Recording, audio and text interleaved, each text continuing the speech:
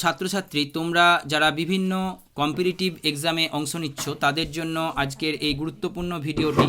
তো দেখো যে এখানে আজকে যে গুরুত্বপূর্ণ টপিকটি রয়েছে সাধারণ মানসিক ক্ষমতা ও পাটিগণিত, অর্থাৎ general mental ability and arithmetic. এখান থেকে কয়েকটি প্রবলেম আমরা সলভ করব। তো দেখো, প্রথম প্রশ্ন, কলকাতাকে সাংকেতিকভাবে এই যে ডিজিটগুলো রয়েছে, নাম্বার ডিজিটগুলো, এইগুলো যেভাবে রয়েছে ঠিক বেঙ্গলকেও ঠিক সেভাবেই কিন্তু তোমাদেরকে লিখতে হবে। তো দেখা যাক এখানে কতগুলো রয়েছে, 1 2 3 4 5 6 7, মানে 7টি লেটার রয়েছে। সেই নিরিখে নাম্বার কতগুলো রয়েছে দেখি, 1 2 3 4 5 6 7 8 9 10 11 12 13 14, মানে 14টা রয়েছে, তাই না? তাহলে একটার লেটারের ক্ষেত্রে দুটো করে নাম্বার রয়েছে। তাহলে কে আমরা বলতে পারি কে সমান 11, ও সমান হচ্ছে 15, এল সমান হচ্ছে 12, আবার কে সমান 11, এ সমান হচ্ছে 0 1। দেখো যেহেতু এই নাম্বারগুলো প্রত্যেকটা ডাবল ডিজিটে রয়েছে, সেই জন্য এ কিন্তু 1 হয়, কারণ আমরা 26টি লেটার জানি। তাহলে এ তো 1 থেকে শুরু হচ্ছে, তারপরে বিকে আমরা 2 ধরবো, সিকে আমরা 3 ধরবো, তাই না? এইভাবে আমরা এগোবো। তো 26টি লেটার যেহেতু, তো একে তাহলে 1 আমরা লিখতে পারবো না, আমরা কি লিখতে হবে 0 1, তাই না? টি হচ্ছে তোমার 20, অর্থাৎ হচ্ছে 20 নাম্বারে দেখবে থাকবে, তোমরা লিখে নেবে এ থেকে জেড পর্যন্ত, তাহলে সুবিধা হবে। আর এ ইকুয়াল টু হচ্ছে 0 1।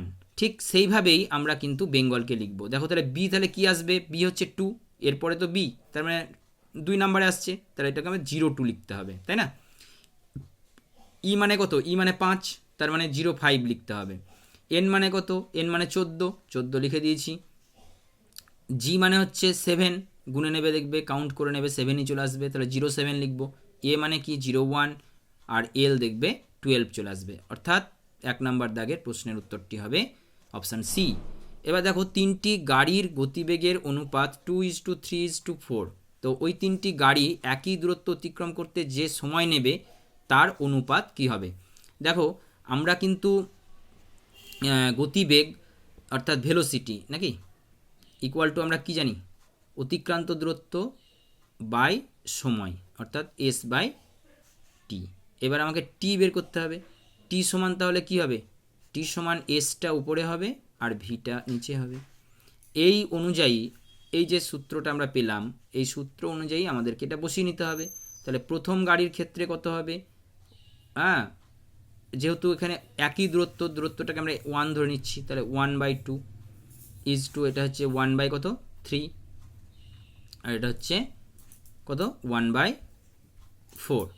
এবার এটা যদি তোমরা লসাগু করো তাহলে কত আসবে, 2 3 আর 4, 2 2 4, মানে একটা 2 বাদ চলে গেল, তাহলে তোমার হচ্ছে 12 নাকি, 4 2 24 হয়, তো এটা 12 হবে। তাহলে 12 হলে পরে 6 2 12, তাই না? এবার 12 1/2কে 12 দিয়ে গুণ করতে হবে, তাহলে কত হবে 6। তারপরে তোমার 1/3কে আবার 12 দিয়ে গুণ করতে হবে, তা 3 4 কত 12। তারপরে আবার 1/4কে 12 দিয়ে গুণ করতে হবে, 3 4 12, তাহলে 6:4:3, তাহলে অপশান ডি। ঠিক আছে, দেখো নেক্সট এইটা দেখো, 3 নাম্বার দাগের কি রয়েছে, 4, তারপরে রয়েছে 10, তারপরে রয়েছে 22, তারপরে রয়েছে 46। ঠিক আছে, তো আমরা 4-এর পরে 10 এসছে, তার মানে আমি কি করব, 4 ইন্টু 2, মানে 4কে 2 দিয়ে গুণ করবে, তারপরে 2 যোগ করবে, কত আসবে 4 2 8 আর 2 10। ঠিক সেমভাবে 10কে 2 দিয়ে গুণ করবে, তার সঙ্গে 2 যোগ করবে, 10 2 20 আর 2 22।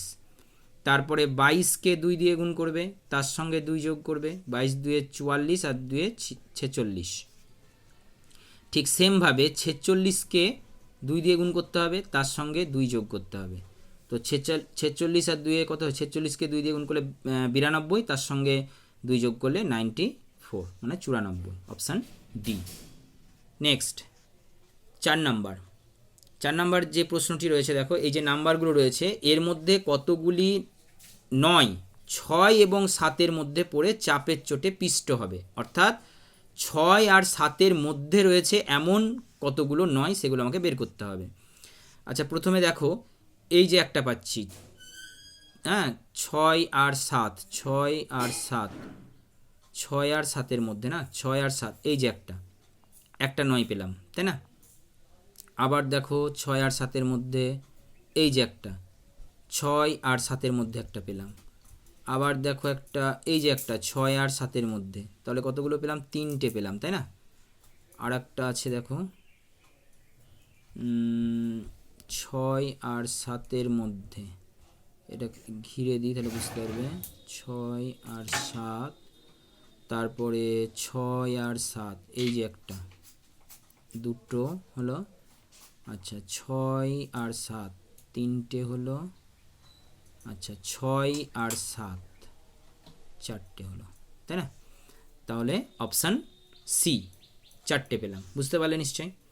নেক্সট প্রশ্ন বলছে কিছু টাকা ব্যাংকে সরল সুদে রাখা হলো, যা 4 বছরের সুদে আসলে এত টাকা এবং 6 বছরের সুদে আসলে এত টাকা।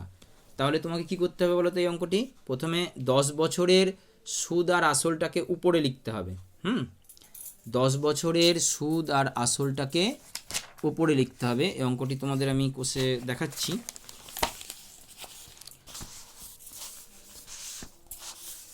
তো প্রথমে লিখবে 10 বছরের সুদ প্লাস আসল। 10 বছরের সুদ প্লাস আসল কত বলে দিয়েছে?